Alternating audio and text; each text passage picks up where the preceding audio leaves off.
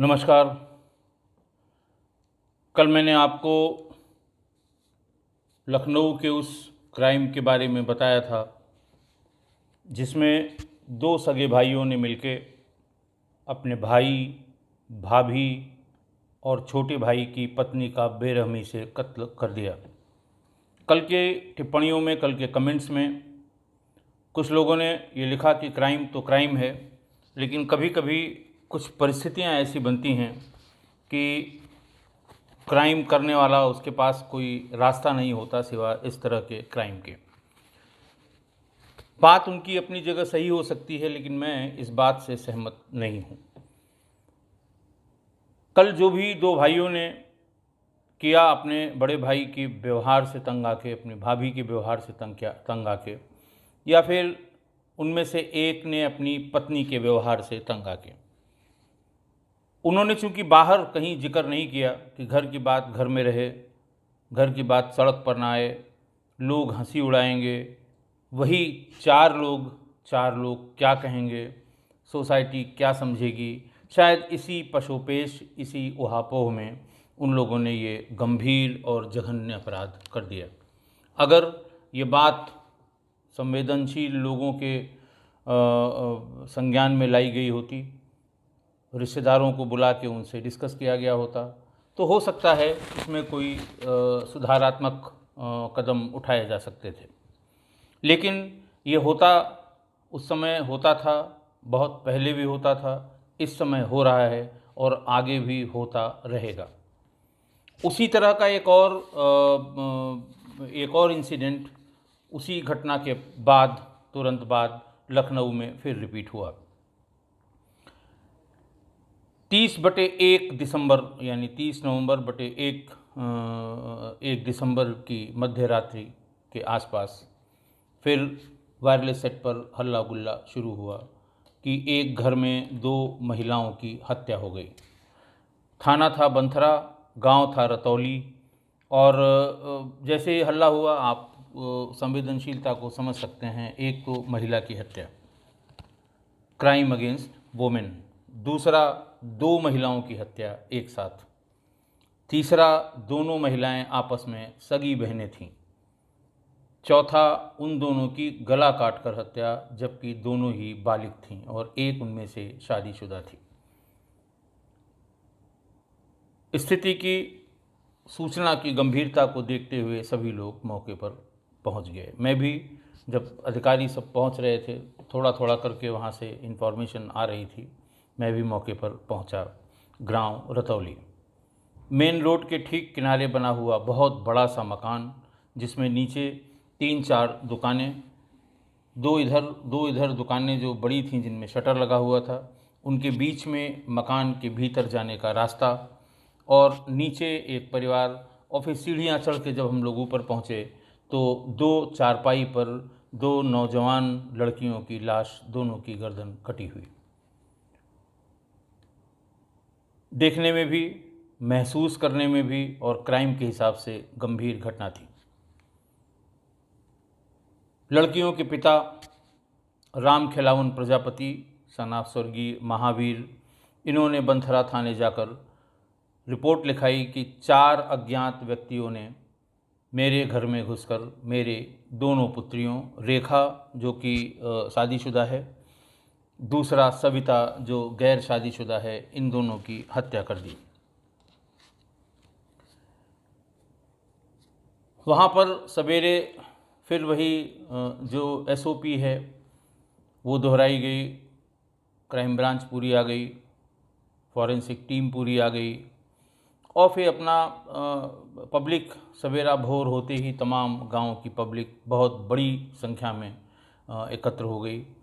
लेकिन ये भीड़ कभी काम की नहीं रही। मेरा अपना व्यक्तिगत अनुभव है कि चाहे जितनी भीड़ इकट्ठा हो जाए सहानुभूति में, लेकिन जैसे ही आप पूछताछ शुरू करेंगे, सबसे पीछे जो खड़ा हुआ व्यक्ति है तमाशबीन, वो सबसे पहले निकल जाएगा कि हमसे भी पूछा जाएगा, ऐसा ना हो पुलिस हमको थाने पर ले जाके कुछ पूछताछ करे।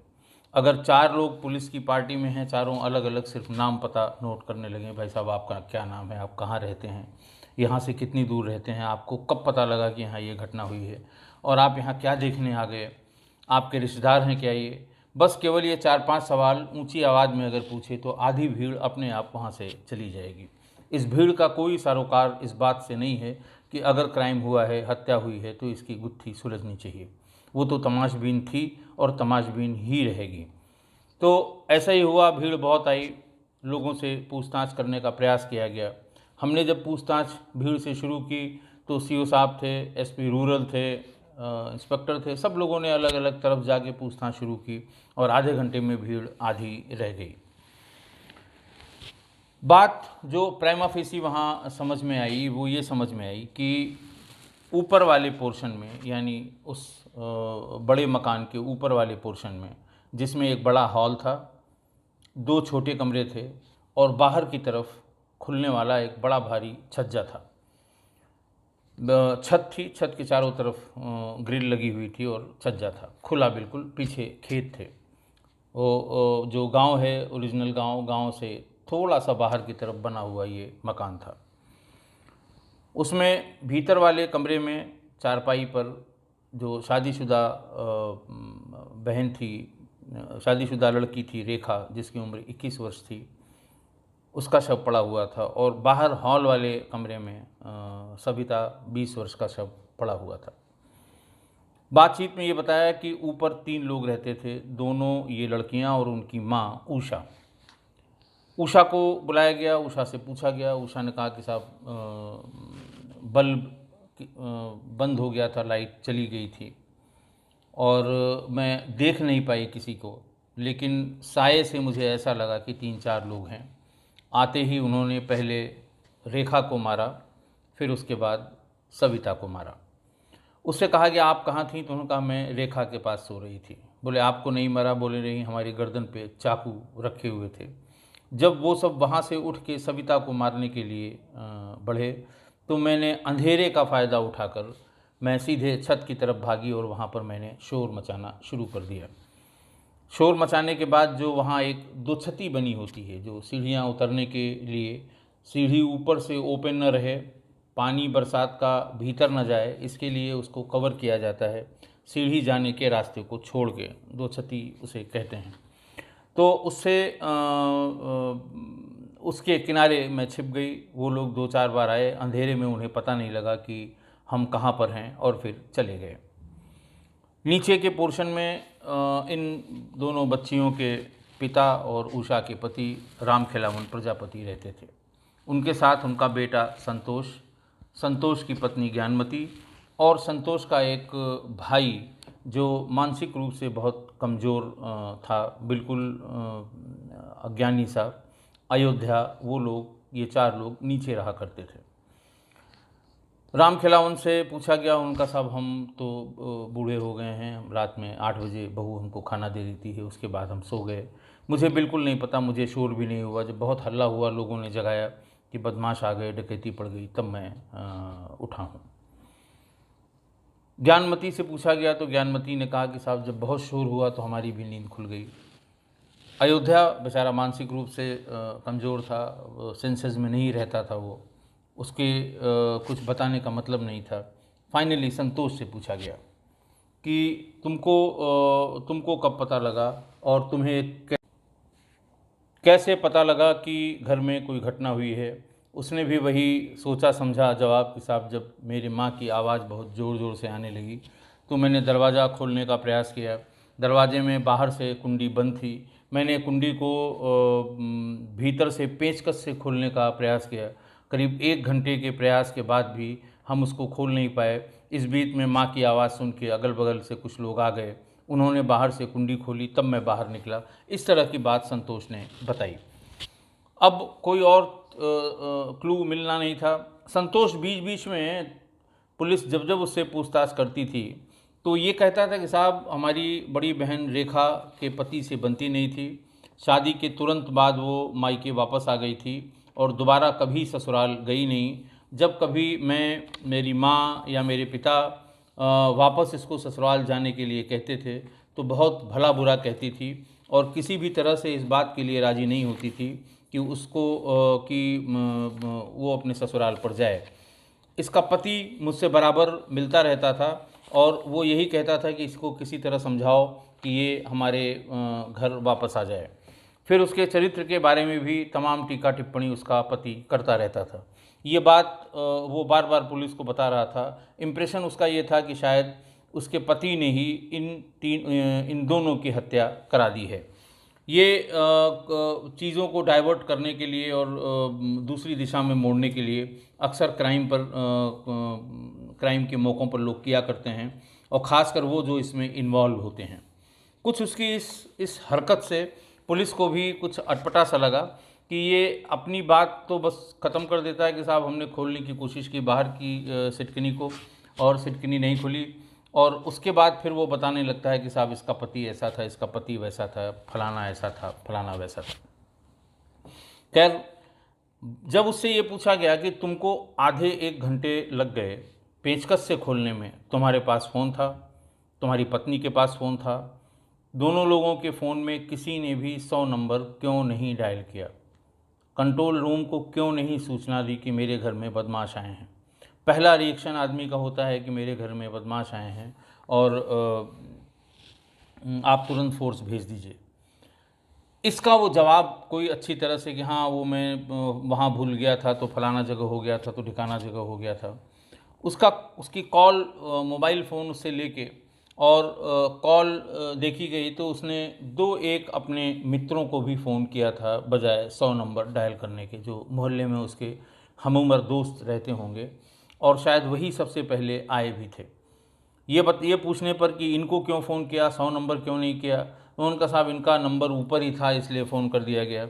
फिर से फ़ोन को देखा गया तो उनका नंबर कहीं कतई ऊपर नहीं था। रिसेंटली डायल्ड नंबर में भी उनका नंबर नहीं था। बाकायदे फ़ोन बुक से सर्च करके उसको फ़ोन करके बुलाया गया।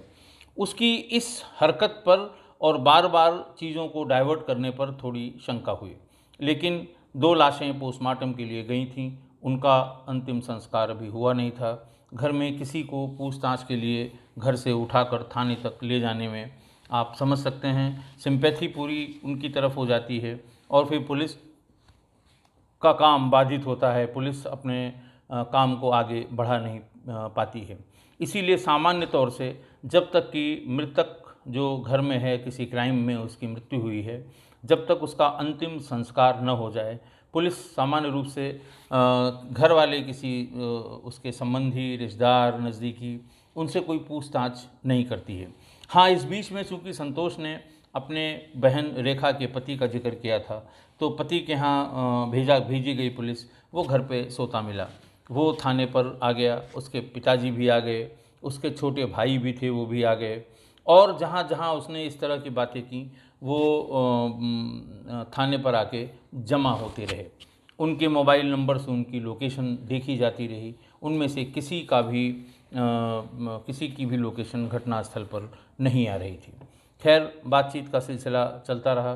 थोड़ी देर बाद ग्राम प्रधान आए और उन्होंने कहा साहब 5 आदमियों को लेके पंचायतनामा करके बॉडी को पोस्टमार्टम के लिए भेजा जाना है। जल्दी जल्दी बॉडी पोस्टमार्टम के लिए भेजी गई। चूँकि सवेरे जल्दी ही भेज दी गई थी, इसीलिए उसी दिन उनका पोस्टमार्टम हो गया। पोस्टमार्टम में जो प्रेफरेंशियल लिस्ट बनती है, जो पहले आएगा, जो पहले बॉडी आएगी उसका पहले पोस्टमार्टम होगा। और कभी कभी लॉ एंड ऑर्डर के दृष्टिकोण से बाद में गई हुई बॉडी का पोस्टमार्टम पुलिस प्रशासन की रिक्वेस्ट पे डॉक्टर्स कर देते हैं, और इसी तरह की रिक्वेस्ट इसमें की गई क्योंकि कोई चीज़ पता नहीं लग रही थी। अज्ञात में एफआईआर की गई थी और हत्यारों का कोई सुराग भी नहीं लग रहा था। समय से इनका पोस्टमार्टम हो गया, दोनों बॉडीज़ वहाँ पर आ गईं और अंतिम संस्कार के लिए भेज दी गईं। रात में जब उनका अंतिम संस्कार करके घर वाले लौटे तो फिर संतोष को सबसे पहले थाने पर ले जाया गया। संतोष से पूछताछ शुरू हुई। वही बार बार कि तुमने 100 नंबर डायल क्यों नहीं किया, तुम्हारी माँ ने 100 नंबर डायल क्यों नहीं किया, तुम्हारी पत्नी ने 100 नंबर डायल क्यों नहीं किया। बस इसी के जवाब में वो इधर उधर भटकता रहा। फिर 2-3 लोगों ने अलग अलग उससे जब बात की तो उसके अपने बयानों में तमाम विरोधाभास निकलते रहे। फिर जैसा कि आप जानते हैं गंभीर घटना थी, चारों तरफ से प्रेशर था। लखनऊ में पुलिस इस तरह की घटना में बहुत ज़्यादा प्रेशर में आती है क्योंकि वही सारे अखबार, पॉलिटिकल लोग, डिपार्टमेंट के सारे सीनियर अधिकारी सब एक एक करके फ़ोन करते हैं, क्या हुआ भाई, अभी तक कुछ नहीं हुआ, क्या कर रही थी पुलिस, कौन था मौके पर, कैसे भाग गए। इस तरह की बातें, जो सामान्य प्रश्न हैं, जो सुनने के आदी हो चुके होते हैं हम लोग इस तरह के क्राइम में, और उनका भी सेट जवाब है, कर रहे हैं, प्रयास जारी है, टीमें लगी हुई हैं, शाम तक कुछ निकल आएगा। इस तरह का बिल्कुल जो सेट आंसर्स हैं वो हर स्तर पर अधिकारी दिया करते हैं। खैर, संतोष से बातचीत शुरू हुई और फिर नौबत आ गई अच्छी वाली पूछताछ की। जब सब परेशान हो गए, वो 1 इंच इधर से उधर भटकने को या चलने को तैयार नहीं था, तो अच्छी वाली पूछताछ शुरू हुई। तब उसने पूरी बात बतानी शुरू की कि दरअसल हुआ क्या था। उसने ये बताया कि मेरी बहनें, दोनों बहनें बहुत तेज़ हैं, और वो जब नीचे रहती थीं, यानी सबके साथ रहती थीं, तब भी कुछ ऐसे लोगों से उनका मिलना जुलना था जिस पर पूरे परिवार को आपत्ति थी। पूरी रात मोबाइल फ़ोन पर बात करना, ये उनकी आदत थी, जिसकी वजह से घर में लोग सोते नहीं थे, या लोग अपना कान लगाए रहते थे कि किससे इसकी बात हो रही है। अगर कोई टोक दिया करता था, और संतोष ने 2 बार टोका, दोनों बार बाहर के लोगों ने उसकी पिटाई की। कुल 3 बार अब तक बाहर बाज़ार में जाते समय लोगों ने घेर के उसे पीटा, और पीट के ये उससे पूछा कि अपने बहनों को तंग करते हो, तुम्हें शर्म नहीं आती। वो समझ जाता था कि हमारी बहनों ने इन लोगों को भेज के मेरी पिटाई करवाई है। बात जब बहुत ज़्यादा बढ़ गई तो गांव की पंचायत उन्हीं के कॉरिडोर में, उन्हीं के बाहर बरामदे में पंचायत बिठाई गई।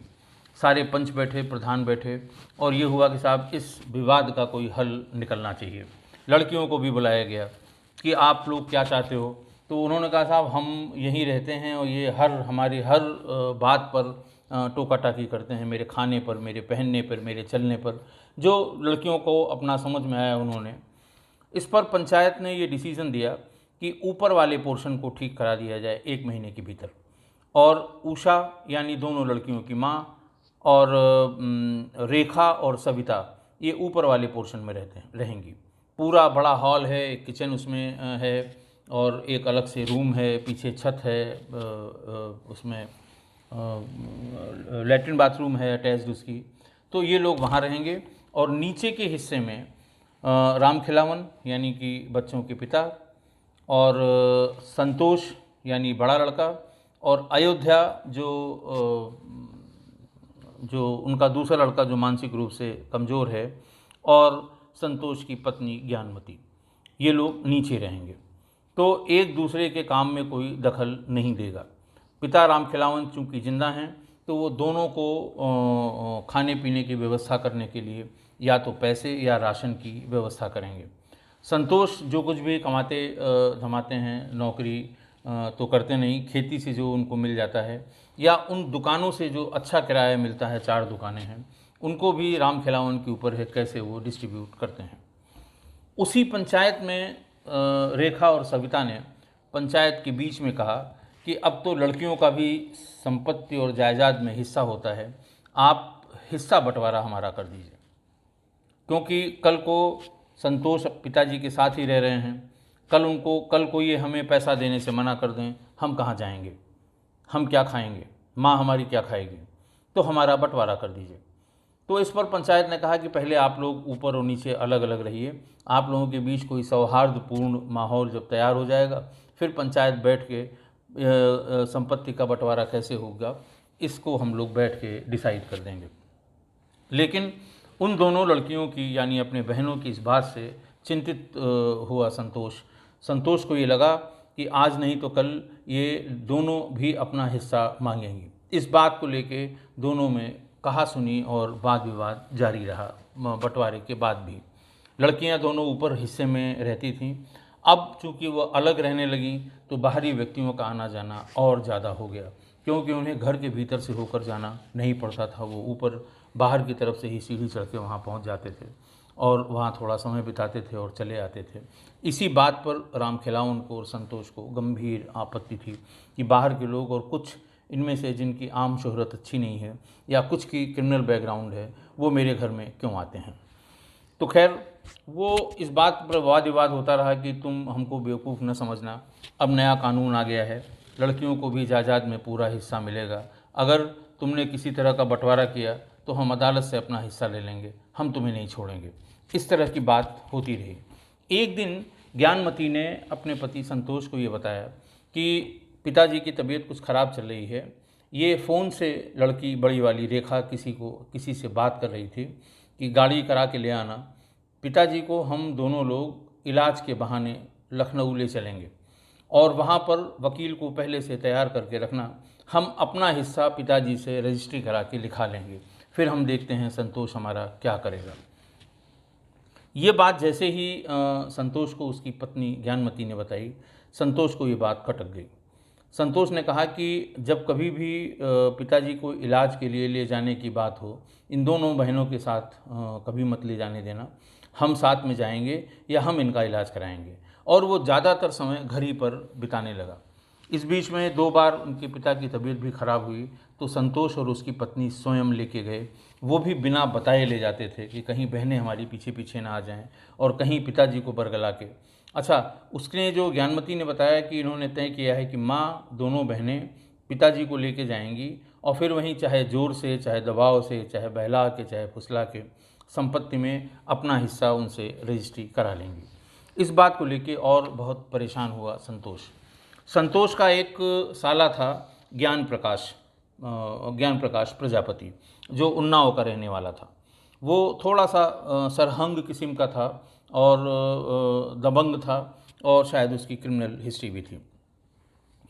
तो उसको बुला के उससे उसने जिक्र किया कि देखिए यहाँ पर लोकल जो गुंडे बदमाश हैं, इन सब का आना जाना मेरे यहाँ बहुत हो गया है और हमें ये शंका है कि ये हमारी दोनों बहनें हमारे पिताजी को बरगला के या फुसला के हम अपने हिस्से में आधा हिस्सा वो अपने नाम करा लेंगी, तो फिर उसमें जो बचेगा फिर वो हमारे बहुत ज़्यादा काम का नहीं होगा। और जो ये किराए का पैसा आता है, इसमें भी आधा अगर उनको चला गया तो हम अपने बाल बच्चों का पेट कैसे चलाएंगे।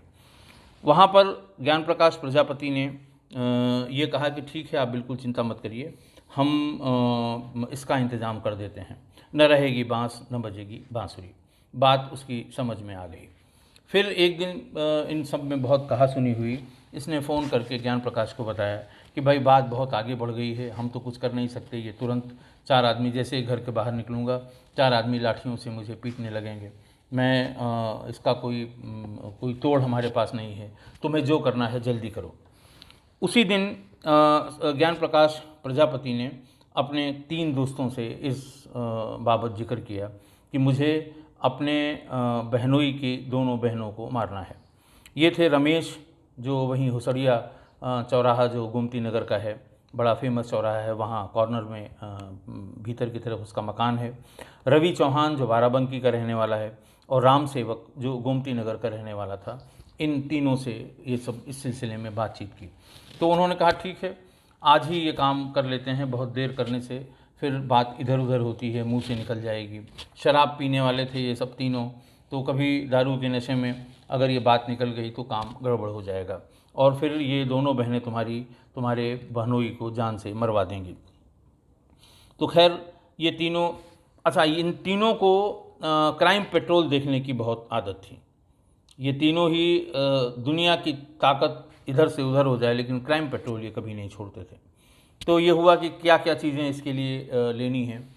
तो वहीं होसड़िया चौराहा से 3 चाकू, 3 रस्सी, 1 टेप जो मुंह में लगाया जाता है, और चाकू, टेप और रस्सी, ये 3 चीज़ें खरीदी। इसने ज्ञान प्रकाश ने पूछा कि टेप और रस्सी का क्या करोगे? बोले बिना टेप और रस्सी के आप मुंह नहीं बंद कर सकते, ऐसा क्राइम पेट्रोल में बताया गया है। तो खैर ज्ञान प्रकाश के बहुत ज़्यादा समझ में नहीं आया। उसने कहा कि बिल्कुल ठीक है। तो पूरा टेप, सफ़ेद वाला टेप लिया गया, रस्सियाँ खरीदी गईं और चाकू खरीदे गए। इन सब को लेके ये लोग फोर्ड आइकॉन गाड़ी से ये चारों लोग पहुंच गए रतौली, जो बंथरा थाने में है। पहले से फ़ोन से बात करके इन्होंने संतोष को बता दिया था कि हम लोग इतने बजे पहुंचेंगे और तुम दरवाजे के पास ही रहना, हम जैसे आवाज़ करेंगे हमें भीतर कर लेना। भीतर की तरफ से वो सीढ़ी का रास्ता था, हम अपना काम कर लेंगे। नीचे संतोष ने वैसा ही किया। इन्होंने हल्की सी आवाज़ लगाई और ये सारे लोग भीतर चले गए। संतोष भी साथ हो लिया और इन्होंने कहा कि लाइट जल रही है, लाइट का क्या किया जाए। तो कहा कि लाइट बंद करोगे, स्विच से खट की आवाज़ आएगी और तब लोग सतर्क हो जाते हैं। बल्ब भी निकालना चाहिए, ऐसा क्राइम पेट्रोल में दिखाया गया है। तो खैर इन्होंने बल्ब को, कपड़े से बल्ब को निकालना शुरू किया, लेकिन निकालने से पहले जो बल्ब की रोशनी आई उसमें 4 लोगों को बड़ी वाली बहन यानी रेखा ने देख लिया, क्योंकि वो उस समय फ़ोन से बात कर रही थी। देख के जैसे ही उसने शोर मचाने की कोशिश की, वैसे ही ये 4 के चारों एक साथ रेखा पे टूट पड़े और एक बार में चाकू से उसकी गर्दन अलग कर दी।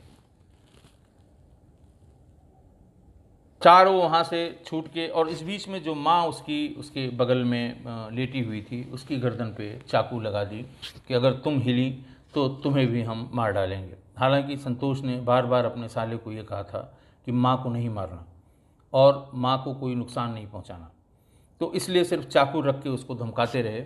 जब गर्दन काट दी उसकी और वो मृत हो गई, वो मर गई, तो वहाँ से दोनों फिर, तब तक ये चिल्लाने की कोशिश कर रही थी, इसका मुंह और गला दबाया गया और उसके बाद फिर इसकी भी गर्दन काट दी गई।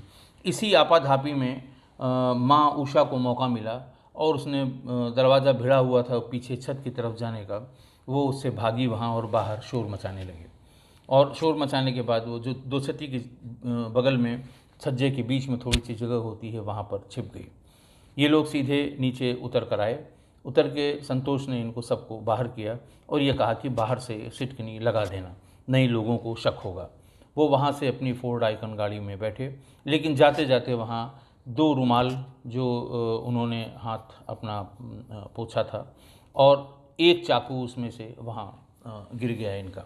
2 चाकू ये ले जाने में कामयाब हो गए, लेकिन एक चाकू को इन्होंने ढूंढने का भी प्रयास किया, लेकिन एक चाकू इन्हें वहाँ मिल नहीं पाया। जो बाद में पुलिस ने मौका वारदात पे जब छानबीन की थी तो वो चाकू बरामद हुआ था और उस चाकू पर फिंगरप्रिंट्स भी बहुत अच्छे मिले थे। उस समय की जो फॉरेंसिक की टीम गई थी। तो कुल मिला के फिर ये वहाँ से पूरी क्राइम पेट्रोल के हिसाब से रस्सी, टेप और चाकू लेके गए थे, लेकिन न तो रस्सी की ज़रूरत पड़ी, न टेप की ज़रूरत पड़ी, और फिर वही अपने देशी अंदाज में ओवर पावर करके चाकुओं से गले को अलग कर दिया गया। बात पूरी तरह से खुल गई, बात पूरी तरह से साफ़ हो गई कि एक भाई ने जायदाद की लालच में, कि ऐसा न हो उसकी बहनें उसकी जायदाद पर कब्ज़ा कर लें, अपने साले से किराए के बदमाशों को बुला के, और इस काम के लिए तीनों ने 70,000 रुपये लिए थे, जो कि संतोष ने उन्हें एडवांस में दिए थे, और ये कहा था कि अगर ये सक्सेसफुली तुम लोगों ने कर लिया, पुलिस हम तक नहीं पहुंची, तो हम 2 लाख रुपए और तुम्हें देंगे।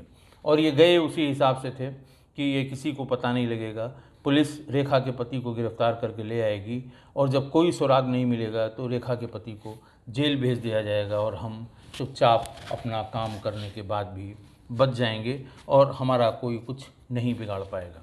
तो इस तरह से कल के भी एपिसोड में रिश्तों का कत्ल आपने देखा, और यहाँ भी आपने देखा कि सगे भाई ने अपनी 2 सगी बहनों को इसलिए मार दिया, इसलिए इतनी निर्ममता से हत्या कर दी कि ऐसा न हो कि उसकी बहनें उसकी संपत्ति पर अपना अधिकार जताने लगे।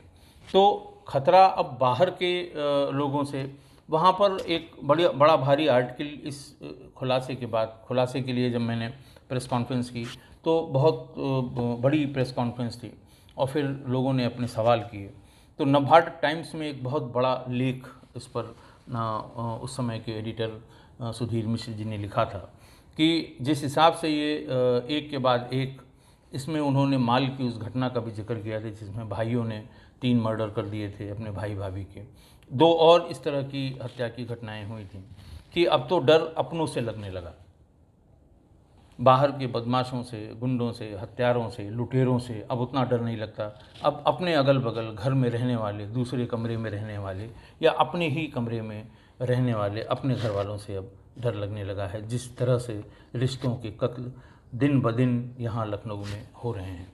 तो ये कहीं भी हो सकता है। छोटे मोटे जो आपके विवाद हैं घर परिवार के, उन्हें बैठ के सुलझाना बहुत ज़रूरी है, उनका जिक्र करना बहुत ज़रूरी है, लोगों से शेयर करना बहुत ज़रूरी है, और ज़रूर इसका हल निकाला जा सकता है। लेकिन अगर उसको समय रहते आप नहीं सॉल्व करेंगे और इग्नोर करते जाएंगे तो इसी तरह की कुछ घटना कहीं भी घट सकती है। आज के लिए बस इतना ही। बहुत बहुत धन्यवाद।